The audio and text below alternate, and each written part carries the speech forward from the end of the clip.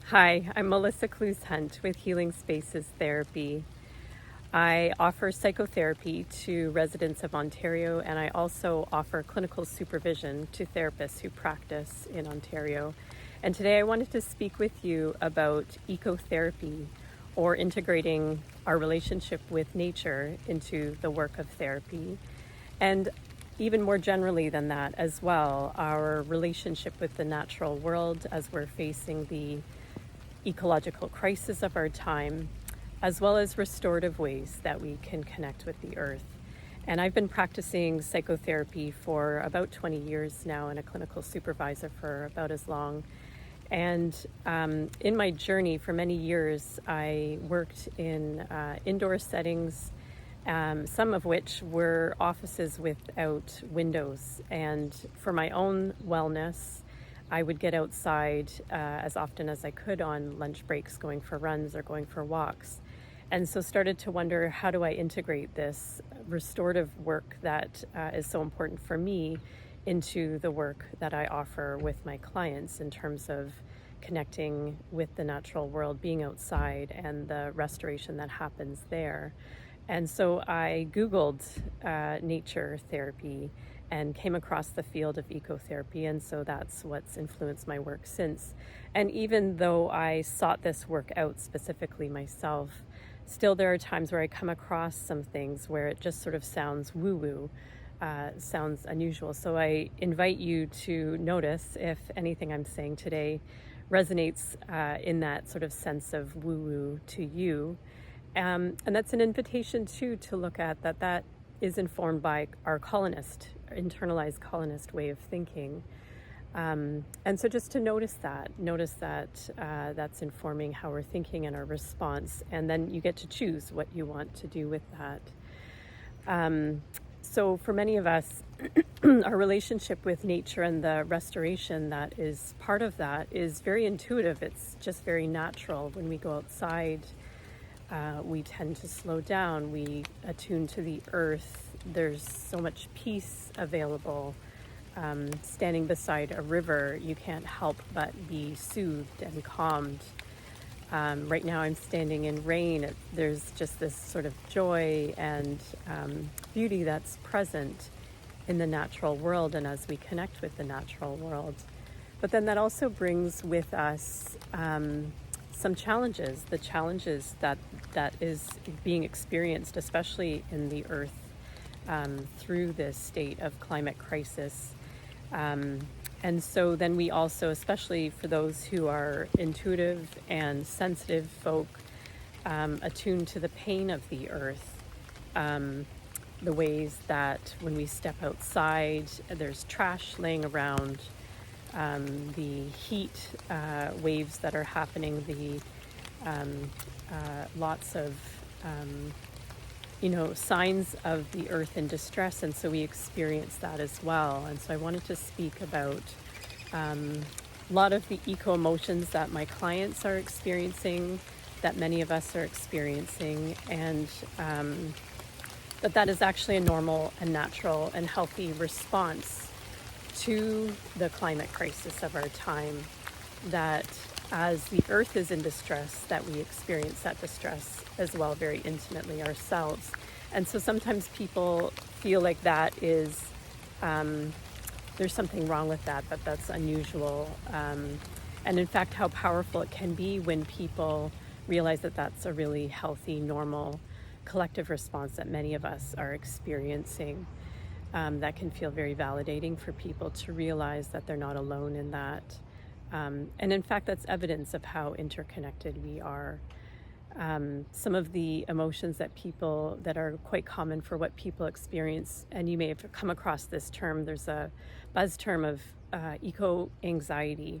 And so it's a sense of deeply felt worry about the state of the earth, of what's going to happen in terms of global warming, the earth systems being out of balance, and so many animals being extinct. There's sort of endless reasons to be worried and upset, and so people feel that very intimately. a real sense of fear for the future of what's going to come. Some of my clients have questioned whether they want to have children, even though they would like to have children. It's sort of this worry, this sort of what's the future going to be like, the sense of contributing to the global human overpopulation. So eco-anxiety is a very common emotion that people experience in terms of climate distress, and it may resonate for your experience. And some other emotions that people experience too in terms of distress, in terms of grief, eco-grief, of perhaps, for example, growing up with a deep sense of connection to an intimate particular place or river or place that played as a child, and then to go back and visit, and that place has been plowed over and turned into a mall, for example, and how much grief we can experience for a sense of loss of land, a place that was cherished.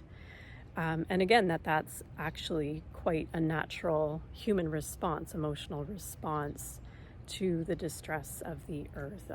And it shows again how interconnected we are, how deeply connected with the earth we are. And there are a host of other eco-emotions that people are experiencing, both in terms of the shadow, but also the light, in terms of a real sense of spiritual connection with the earth, with the land, such a sense of healing and peace. And so with the challenges of the earth crisis of our time, a lot of people also experience a sense of overwhelm. We flip on social media and there's sort of endless examples of distress, of the pain of the earth, and how much we can feel overwhelmed by that and distance ourselves from that. That's also a natural human response to that sense of overwhelm. And for many of us, it can be an invitation to just face those things, acknowledge their presence, that those feelings are very real, and allow them to move through us, to be part of our awareness and to be part of informing our actions and our choices. So it also shows like just how interconnected our emotions are and we are with the earth. It's like the flip side of that same story is the delusion that we are somehow separate from, that we are somehow above the natural world, in this, again, old colonist way of thinking. And so it's an opportunity to challenge that, and to notice sort of how interconnected we are and sort of build up the alternative story in that. And I'll speak more to that. Another example, like a really concrete example, and again, it can sound woo-woo, is how connected we are with the elements. So if you take a moment right now and notice you're breathing air, you can't live without breathing air.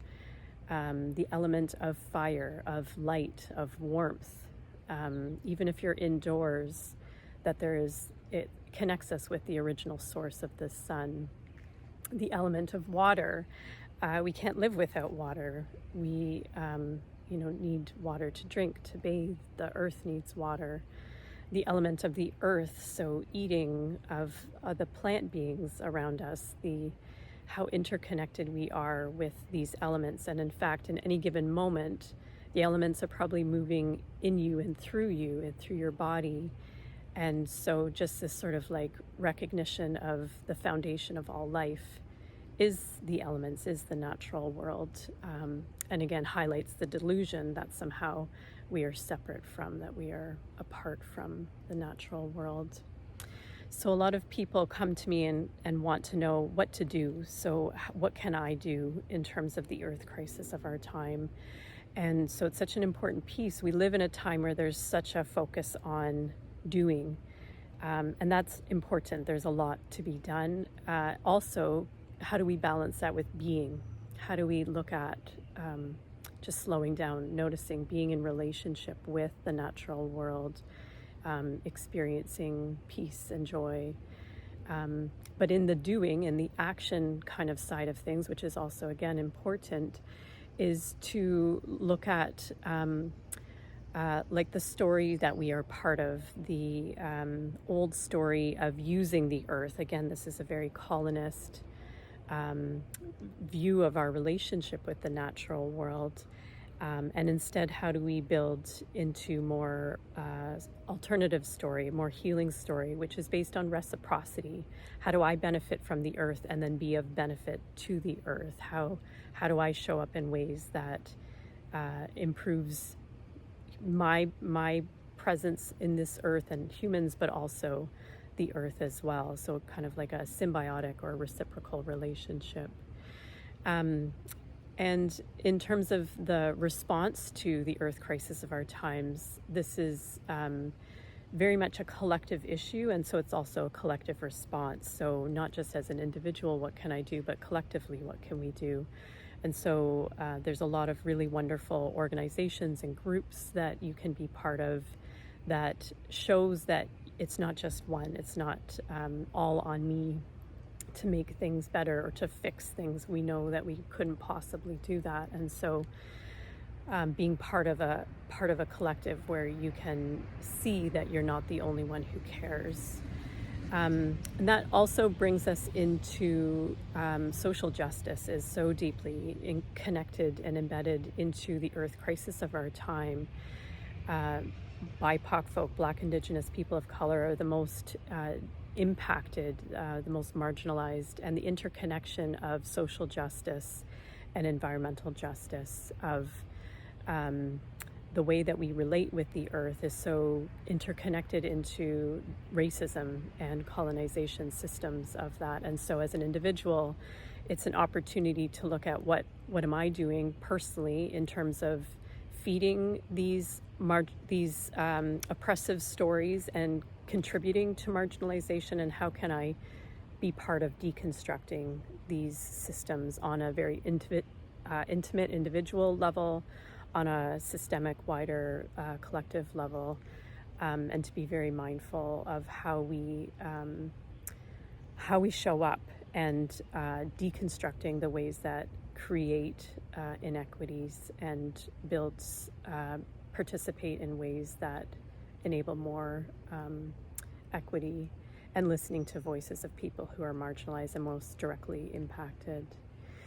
And so on an individual level, also, what are some of the things that we can do in terms of the earth crisis of our time? So it's also in a very intimate, individualized way. It can be just noticing how you're feeling, just sitting with those feelings, being present to that, notice what that moves in your body, and allow that to be part of informing actions going forward, so that our actions can be more in alignment with what our values actually are.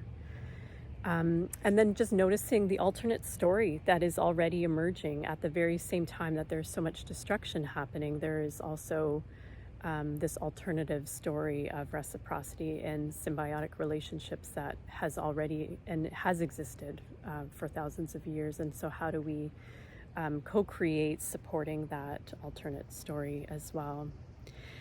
And part of this also is permission within ourselves to experience joy, to experience peace. Again, it feels like we are living in a state of crisis, and so the urgency in that, and so, but we can't always be in an action-oriented state. And so how do we balance that with peace and joy and art, and interconnections and laughter and rest? And listening to the voice of the earth is such a significant piece in this as well. And again, it's a decolonized way of orienting to that. How do we listen to the voice of the earth? How do we gain wisdom from plant beings, from other animals? And again, for thousands of years, for many earth-based cultures, that's just a built-in kind of framework of way of being.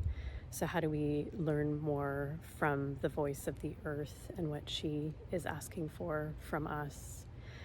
And for you as well, in terms of if you're grappling with some of these eco emotions, get support.